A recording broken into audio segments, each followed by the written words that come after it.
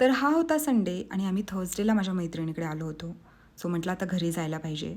त्यात माझी दुसरी फ्रेंड पण संध्याकाळी घरी येणार होती. सो उठलो, आवरलो आणि निघालो. तसं आम्हाला निघायला 12:30 झाले होते आणि घराच्या तिथे पोचायला 1. खूप भूक लागली होती. घरी जाऊन बनवायची तर अजिबात इच्छा नव्हती. डोसा सेंटर दिसलं, घराच्या जवळ होतं, म्हटलं ट्राय करावं, नेहमीसाठीच ऑप्शन होईल आणि टेस्ट पण चांगली होती. खाल्लं वगैरे, घरी आलो. आल्या आल्या सगळं ओपन केलं कारण खूप घरात सफोकेशन झालं होतं.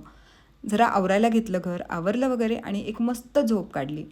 संध्याकाळी काय आमचा निवांत प्लॅन होता, मसाले भात बनवायचा. मैत्रीण येणार होती, पण ती तिच्या फ्रेंडच्या फंक्शनमध्ये जेवण करून येणार होती. सो आम्ही दोघे जेवायला होतो. क्लीन वगैरे केलं. तिला कॉल केला तर तिचं यायचंच कॅन्सल झालं होतं.